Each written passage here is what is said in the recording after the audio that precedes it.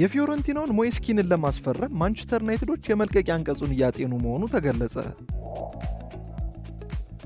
ማንቸስተር ዩናይትዶች ጄሰን ዊልኮክስን የእግር ኳስ ዳይሬክተር በማድረግ ሾመዋል። ባየር ሙኒክ አንቶኒን ለማስፈረም ከማንቸስተር ዩናይትድ ጋር ንግግር መክፈቱ ተዘገበ። የማንቸስተር ዩናይትድ ባለተሰጥኦ ታዳጊ ኢታን ዊሊያምስ ከስቶክፖርት ካውንቲ፣ ብላክፑል እና ሄቨርኒያን ፍላጎት እየሳበ መሆኑ ተነገረ። በሊግ 1 የሚገኘው ሬክስሃም በማንቸስተር ዩናይትድ ኮንትራቱን የጨረሰውን አማካኝ ክርስቲያን ኤሪክሰንን ለማስፈረም እየተመለከቱ መሆኑ ይፋ ሆነ። ሮያል አንትወርፕ የግብ ጠባቂያቸውን ተተኪ መፈለግ መጀመራቸው ለማንቸስተር ዩናይትዶች አዲስ ተስፋ እንደሰጣቸው ተገለጸ። ማንቸስተር ዩናይትዶች አንጄል ጎሜዝን የማስፈረም እድልን ሊያጡ መሆኑ ተገልጿል። እነኚህንና ሌሎች በርከት ያሉ ዩናይትዳዊ መረጃዎችን ይዘንላችሁ ቀርበናል። እስከ ፕሮግራማችን ፍጻሜ አብሮነታችሁ አይለይን። አድማጭ ተመልካቾቻችን እንደምን ቆያችሁ? እንደተለመደው ክለባችን ማንቸስተር ዩናይትድ ላይ የሚያጠነጥኑ መረጃዎችን ይዘንላችሁ ቀርበናል። ከላይ በመግቢያችን ከጠቀስናቸው አርዕስተ ዜናዎች በተጨማሪም ወደ ውስጥ ሰፋ ያሉ መረጃዎችን ይዘናል። ከእናንተ የሚጠበቀው ይህንን ቻናል ሰብስክራይብ በማድረግ ቤተሰብ እንድትሆኑ ብቻ ነው። ውድ ቤተሰቦቻችን ዛሬ ወዳዘጋጀንላችሁ መረጃዎች ከማለፋችን በፊት ግን ለመላው የእስልምና እምነት ተከታይ የቻናላችን ቤተሰቦች በሙሉ እንኳን ለኢድ አል አድሃ አረፋ በዓል በሰላም አደረሳችሁ እንላለን። በዓሉ የሰላም የጤናና የፍቅር እንዲሆንላችሁ እንግዲህ በቻናላችን ስም እንመኛለን። እንደተለመደው ወደ ዛሬ መረጃዎቻችን ከማለፋችን በፊት አድማጭ ተመልካቾች ይህንን ቪዲዮ ላይክ በማድረግ ተደራሽነታችን እንድታሰፉልን እንጠይቃለን። ማንቸስተር ዩናይትዶች የፊዮረንቲናውን ሞይስኪንን ለማስፈረም የመልቀቂያ አንቀጹን እያጤኑ መሆኑ ተገለጸ። ማንቸስተር ዩናይትድ ከፍተኛ ደረጃ ያለው አጥቂ ለማስፈረም ጥረት እያደረጉ ሲሆን የሻምፒዮንስ ሊግ እግር ኳስ አለመጫወታቸው ግን ፍለጋቸውን ውስብስብ አድርጎታል። አሁን ላይ ቪክተር ጊዮከረሽ እና ቪክተር ኦሲማንን ለማስፈረም እንደከበዳቸው እየተነገረ ሲሆን ጄሰን ዊልኮክስ ጥረቱን ያሳየበት ሊያም ዴላፕም ቸልሲን ከዩናይትድ አስበልጦ መምረጡ ይታወሳል። ጎንካሎ ራሞስ እና ራንዳል ኮሎሙዋኒም እንደ አማራጭ ብቅ ያሉ ቢሆንም ኢኒዮስ ግን በፕሪሚየር ሊግ የተረጋገጠ አጥቂ ማስፈረምን ይመርጣል። በዚህም ዣን ፊሊፔ ማቴታን ሌላኛው ኢላማቸው አድርገው ነበር። ሆኖም ፈረንሳዊ ተጫዋች በሚቀጥለው የውድድር ዘመን በኤሮፓ ሊግ ለመጫወት በክሪስታል ፓላስ የመቆየት ፍላጎት እንዳለው ተነግሯል። ይህም ፍለጋው እንዲቀጥል አድርጓል። ሞይስኪን ታዲያ የዩናይትድ ፕላን ቢ አጥቂ ኢላማዎች ዝርዝር ውስጥ ይገኛል። የፊዮረንቲናው የፊት አጥቂ በእንግሊዝ የመጫወት ልምድ ያለው ሲሆን በኤቨርተን ባሳለፈው መጥፎ የውድድር ዓመት 4 ግቦችን ማስቆጠር ችሏል። ይሁን እንጂ ወደ ፊዮረንቲና ከተዘዋወረ በኋላ አቋሙ በከፍተኛ ደረጃ ጨምሯል። የ25 ዓመቱ ኪን በሁሉም ውድድሮች 38 ጨዋታዎችን አድርጎ 25 ጊዜ ጎል ያስቆጠረ ሲሆን 3 ለጎል የሚሆኑ ኳሶችን አመቻችቶ ማቀበል ችሏል። እንደ ካልቺዮ መርካቶ ጋዜጠኛ ኤልኖራ ትሮታ ዘገባ ከሆነ ያ ጊዜ እንግሊዝ ፕሪሚየር ሊግ አሸናፊዎች የተጫዋቹን የ52 ሚሊዮን ዩሮ የመልቀቂያ አንቀጽን ለመክፈል በቁም ነገር እያሰቡ መሆኑን ዘግባለች። ጋዜጠኛዋ ማንቸስተር ዩናይትድ ለሞይስኪን ተስፋ አልቆረጡም። የውድድር ዘመኑን በሙሉ በቅርበት ከተከታተሉት በኋላ 50 ሚሊዮን ዩሮ የመልቀቂያ ውሉን ለመክፈል በቁም ነገር እያሰቡ ነው ስትል በኤክስ ገጿ ላይ ጽፋለች። የኦልድ ትራፎርድ ሰዎች ተጫዋቹን በሚገባ ተመልክተውታል። እናም በሩበን አሞሪም ስርዓት ውስጥ በጣም የሚመጥን እንደሆነ ይሰማቸዋል። ሞይስኪን ቀደም ሲል ለጁቬንቱስ እና ፓሪስ ሴን ጀርመን መጫወቱ ይታወቃል። ነገር ግን እንደ ዩናይትድ ላለ ክለብ የፊት መስመሩን ለመምራት ዝግጁ መሆን አለመሆኑ አሁንም ግልጽ አይደለም። ውድ ተከታታዮቻችን ወደ ቀጣይ መረጃዎቻችን ከመሸጋገራችን በፊት ይህንን ቪዲዮ ላይክ እንድታደርጉት እንጠይቃለን። አድማጮቼ ላይክ በጣም እየቀነሳችሁ ነው። እስኪ ይህንን ቪዲዮ 500 ላይክ እንድታስገቡት እጠይቃለሁ። ከዚህ በተጨማሪም ቤተሰቦቻችን የት አካባቢው ናችሁ እንደምትከታተሉን እና ስለምናቀርባቸው ዘገባዎች እንዲሁም አጠቃላይ ስለ ፕሮግራሞቻችን ያላችሁን ሀሳብ ወይንም ጥያቄዎች በኮሜንት ላይ እንድታጋሩን እንጠይቃለን። እኛም በተቻለን አቅም በቀጣይ ቪዲዮቻችን መልሶቻችሁን የምናቀርብ ይሆናል። ማንቸስተር ዩናይትዶች አንጄል ጎሜዝን የማስፈረም እድሉን ሊያጡ መሆኑ ተገለጸ። ዩናይትዶች የቡድን ማጠናከሪያዎችን እየተመለከቱ ሲሆን የመሃል ሜዳውን ማደስ ደግሞ ዋና ኢላማቸው ሆኗል። የሃይ ሰይጣኖቹ በ2024-25 የውድድር ዘመን 18 ሽንፈትን አስተናግደው 42 ነጥብ ብቻ በመሰብሰብ 15ኛ ደረጃ ላይ ተቀምጠው ጨርሰዋል። በኤሮፓ ሊግ የፍጻሜ ጨዋታም በሳን ማሜንስ ስታዲየም በቶትናም ሽንፈትን አስተናግደዋል። አሁን ላይ ዩናይትዶች ትኩረት ሰጥተው እየሰሩ ያሉት የማጥቃት አማራጮቻቸውን ለማጠናከር ሲሆን በተለይም የክርስቲያን ኤሪክሰን መልቀቅ ከተረጋገጠ በኋላ የመሃል ሜዳ ተጫዋቾችን ማስፈረም አስፈላጊ ሆኗል። ዩናይትዶች በአሞሪም 3-4-2-1 አጨዋወት ውስጥ ያለ ችግር የሚላመድ አማካኝ ማስፈረም ይፈልጋሉ። በይበልጥ ደግሞ ከኳስ ጋር ምቾት ያለው ጨዋታውን መቆጣጠር የሚችል የብሩኖ ፈርናንዴዝን የፈጠራ ተጽዕኖና የኮቢ ሜኑን ተለዋዋጭነት መቋቋም የሚችል ቴክኒካል ተሰጥኦ ያለው ተጫዋች ማስፈረም ይፈልጋሉ። ለዚህም የቀድሞ ተጫዋቻችን አንጄል ጎሜዝ ትክክለኛ ፈራሚ ይሆናል። ጎሜዝ በ2020 ክረምት ዩናይትድን ለቆ ሊልን ተቀላቅሏል። ከዚያን ጊዜ ጀምሮ ተጫዋቹ በሊግ 1 ውስጥ ከሚታወቁ አማካኞች መካከል አንዱ ለመሆን በቅቷል። ይሁን እንጂ ጎሜዝ በፈረንሳይ ያለው ምዕራፍ ወደ መጨረሻው እየመጣ ይመስላል። ባለፈው ወር ጎሜዝ ኮንትራቱ በሰኔ ወር መጨረሻ ላይ ሲያልቅ ሊልን እንደሚለቅ አረጋግጧል። ክለቡ የቆይታ ጊዜውን ለማራዘም ጥረት ቢያደርግም ተጫዋቹ ሳይቀበለው ቀርቷል። በዚህ ምክንያት ተጫዋቹ አብዛኛውን የመጨረሻዎቹን ሳምንታት ያሳለፈው በተጠባባቂ ወንበር ላይ ነበር። ዘ ፒፕልስ ፐርሰን ባወጣው ዘገባ መሰረት ዩናይትድ ጎሜዝን ለማዘዋወር ማቀዱን አስነብቧል። ከዩናይትድ በተጨማሪ ተጫዋቹ ከቶትናም ጋርም በጥብቅ እየተገናኘ ነበር። ይሁን እንጂ ቲቢአር ፉትቦል ላይ የሚሰራው ግሬም ቤይሊ ማርሴይ ዩናይትድ እና ቶትናምን በማሸነፍ የእንግሊዛዊ ዓለም አቀፍ ዝውውርን ለማሸነፍ ተዘጋጅተዋል ሲል ዘግቧል። የሮቤርቶ ዲዘርቢ ቡድን ከቶትናም ሆትስፐር እና ማንቸስተር ዩናይትድ ከባድ ፉክክር ይገጥመዋል። ቶትናም ተጫዋቹን በነፃ ማግኘት እንደ ትልቅ አጋጣሚ በመመልከት አንጄል ጎሜዝን ለማዘዋወር ተነሳስቶ ነበር። ነገር ግን ተጫዋቹ ማርሴይን እንደሚቀላቀል የቲቢአር ፉትቦል ዋና ዘጋቢ ግሬም ቤይሊ ተናግሯል። ባየር ሙኒክ አንቶኒን ለማስፈረም ከማንቸስተር ዩናይትድ ጋር ንግግር መክፈቱ ተገለጸ። ማንቸስተር ዩናይትዶች ባለፈው የውድድር ዘመን በውሰት ያሳለፉትን እንደ አንቶኒ ያሉ ኮከቦች በመሸጥ የሩበን አሞሪም ቡድንን ለማጠናከር አቅደዋል። ብራዚላዊ በሪያል ቤቲስ ቤት ለ6 ወራት አስደሳች ጊዜ ማሳለፍን ችሏል።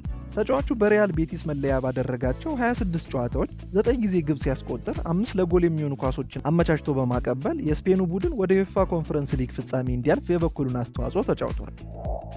ሪያል ቤቲሶች ብራዚላዊውን ኢንተርናሽናል በክለባቸው ለማቆየት ሌላ የውሰት ውል እያቀረቡ ነበር። ነገር ግን ዩናይትዶች ከሽያጭ ውጪ ተጫዋቹን በድጋሚ በውሰት ለመስጠት አይፈልጉም። ኢኒዮስ አንቶኒ አሁን ያለበት ወቅታዊ አቋም ተጫዋቹን ለመሸጥ አመቺው ጊዜ ነው ብለው ያስባሉ። በዚህም በ25 ዓመቱ ተጫዋች ላይ የ50 ሚሊዮን ዩሮ የዝውውር ክፍያ ለጥፈውበታል። የስፔኑ ክለብ አትሌቲኮ ማድሪድ እና የፕሪሚየር ሊጉ ቡድን አርሰናል የዩናይትድን ኮከብ ፈላጊዎች ናቸው። አሁን ላይ ኤስፔን ብራዚል እንደዘገበው ባየር ሙኒክ ውድድሩን የተቀላቀለ ሲሆን ለተጫዋቹም ከሀገር ውስጥ ተቀናቃኛቸው ባየር ሊቨርኩሰን ጋር መፎካከር እንዳለባቸው ተገልጿል። ኤሪክ ቴን ሃግን አዲሱ አሰልጣኛቸው አድርገው የሾሙት ሊቨርኩሰኖች ተጫዋቹን በድጋሚ ከቀድሞ አሰልጣኙ ጋር ለማገናኘት እየጣሩ ነው ተብሏል። ከፍሎሪያን ቪርዝ ሽያጭ የሚገኘውን ገንዘብም ለአንቶኒ ፊርማ ለመጠቀም አቅደዋል። ሪፖርቱ በተጨማሪም የባቫሪያኑ ኃያል ክለብ ከቀይ ሰይጣኖቹ ጋር ንግግር መጀመሩን ገልጿል። ስለ ዝውውሩ ያሉትን ሁኔታዎች ለማወቅም አትሌቲኮ ማድሪድ ፍላጎት እንዳለው ተዘግቧል። በተጫዋቹ ላይ ያለው ከፍተኛ ፍላጎት ታዲያ ለክለባችን የተሻለ ትርፍ ሊያስገኝ ይችላል ተብሏል። ማንቸስተር ዩናይትዶች ጄሰን ዊልኮክስን የእግር ኳስ ዳይሬክተራቸው በማድረግ ሾመዋል። ማንቸስተር ዩናይትድ ጄሰን ዊልኮክስን ወደ እግር ኳስ ዳይሬክተርነት በማሳደግ ሌላ ጉልህ ለውጥ ማድረጉን ዘገባዎች ጠቁመዋል። የቀድሞ የእንግሊዝ የክንፍ ተጫዋች በቅርቡ የዩናይትድ ቴክኒካል ዳይሬክተር ሆኖ ከመሾሙ በፊት በተለያዩ ክለቦች በተለያዩ ሚናዎች ሲሰራ ቆይቷል። ይሁን እንጂ ዊልኮክስ አሁን ላይ የእግር ኳስ ዳይሬክተር በመሆን እድገትን እንዳገኘ በቅርብ የወጡ ሪፖርቶች ጠቁመዋል። ይህም ሹመት የሰር ዴቭ ቢልስፎርድን የሥራ ጫና ይቀንሳል ተብሏል። በዚህም አሁን ላይ ያለው ዩናይትድ የአመራር ተዋረድ ዋና ሥራ አስፈጻሚ ኦማር ቤራዳ እና በቅርቡ የቅጥር ዳይሬክተር የሆነው ክሪስቶፈር ቪቬልን ጨምሮ ሰር ዴቭ ቢልስፎርድ እና ጄሰን ዊልኮክስን ይይዛል። ባለፈው ክረምት ዳና ሸዋርዝ ከኒውካስትል ዩናይትድ የስፖርቲንግ ዳይሬክተር ሆኖ ክለባችን ቢቀላቀልም ከ5 ወር በኋላ ታህሳስ ላይ በአስደንጋጭ ሁኔታ መባረሩ ይታወሳል። የማንቸስተር ዩናይትድ ባለተሰጥኦ ታዳጊ ኢታን ዊሊያምስ ከስቶክፖርት ካውንቲ፣ ብላክፑል እና ሄበርኒያን ፍላጎት እየሳበ መሆኑ ተገለጸ። የማንቸስተር ዩናይትዱ ተስፈኛ ኢታን ዊሊያምስ የክረምቱ የዝውውር መስኮት ገና ሳይከፈት የሶስትዮሽ የዝውውር ፍጥጫ መንስኤ እንደሆነ ተዘግቧል። በዚህ ክረምት ወደ ዩናይትድ ቤት ከሚፈርሙ ተጫዋቾች እኩል ክለቡን የሚለቁ ተጫዋቾችም ይጠበቃሉ። ጥቂቶች ያለ ጥርጥር ክለቡን በቋሚነት የሚለቁ ሲሆን፣ ሌሎች ደግሞ የመጀመሪያ ቡድን ልምድ ለማግኘት በውሰት ይለቃሉ። የወደፊት ዕጣ ፈንታው መወሰን ያለበት አንዱ ኮከብ ተጫዋች ዊሊያምስ ነው። የ19 ዓመቱ አጥቂ ያለፈውን የውድድር ዘመን ሁለተኛ አጋማሽ በቼልተንሃም ታውን አሳልፏል። ለቼልተንሃም 17 የሊግ 2 ጨዋታዎችን አድርጎ 2 ጎሎችን ሲያስቆጥር በርከት ያሉ አሲስቶችንም በስሙ ማስመዝገብ ችሏል። በኢቪ ቻርጀር ፖይንትስ ስታዲየም በነበረው ቆይታ 778 ደቂቃዎችንም መጫወት ችሏል። እንደ ፉትቦል ኢንሳይደር ዘገባ ከሆነ ዊሊያምስ ስቶክፖርት ካውንቲ፣ ብላክፑል እና ሄበርኒያንን ጨምሮ በጥቂት ቡድኖች እየተፈለገ መሆኑን ገልጿል። ዩናይትዶች ለቀጣዩ ዊሊያምስ እድገት እቅድ እያዘጋጁ ሲሆን በዚህም ከሊግ 2 በላይ ላለ ቡድን በውሰት መስጠት እንደሚፈልጉ ፉትቦል ኢንሳይደር ጨምሮ ገልጿል። በተለያዩ የዜና ማሰራጫዎች ላይ እንደተገለጸው ለዊሊያምስ በጊዜያዊነት ለመውጣት የሚደረገው ግፊት በሚቀጥለው የውድድር ዘመን የሩበን አሞሪም እቅድ ውስጥ ለመግባት ከሚገጥመው ከባድ ፈተና የተነሳ እንደሆነ ዘግበዋል። ዩናይትድ የሚቀጥለውን የዊሊያምስ መድረሻን ሊመርጥ የሚችለው የትኛው ፕሮጀክት እድገቱን የበለጠ ይደግፍለታል እና የትኛው ቡድን መደበኛ የጨዋታ ጊዜን ይሰጠዋል በሚለው መሰረት እንደሆነም ተገልጿል። በሊጋ እንደሚገኘው ሬክሳም በማንቸስተር ዩናይትድ ኮንትራቱን የጨረሰውን አማካኝ ክርስቲያን ኤሪክሰንን ለማስፈረም እየተመለከቱ መሆኑ ተገለጸ። በ2001 በሆሊውድ ኮከቦች ሪያን ሬይኖልድስ እና ሮብ ማኬልሄኒ ከተያዙ በኋላ ሬክሳም ዓለም አቀፋዊ ትኩረትን ስበዋል። የዌልሱ ክለብ ከብሔራዊ ሊግ እስከ ሻምፒዮንሺፕ ድረስ ለ3 ተከታታይ ዓመታት የሊግ እድገት በማስመዝገብ በ5ቱ ከፍተኛ የእንግሊዝ እግር ኳስ ደረጃዎች ውስጥ የመጀመሪያ ቡድን በመሆን ታሪክ ሰርተዋል። በተጨማሪም አትራፊ የስፖንሰርሺፕ ስምምነቶችን በማግኘት ከሜዳ ውጭም አስደናቂ ስኬትን አግኝተዋል። ከሬክሳም መነሳት በስተጀርባ ያለው ወሳኝ ነገር በከፍተኛ ደረጃ ልምድ ያላቸውን ተጫዋቾች የመመልመል ስልታቸው ሲሆን ይህም ለቡድናቸው ጥራትን አምጥቶላቸዋል።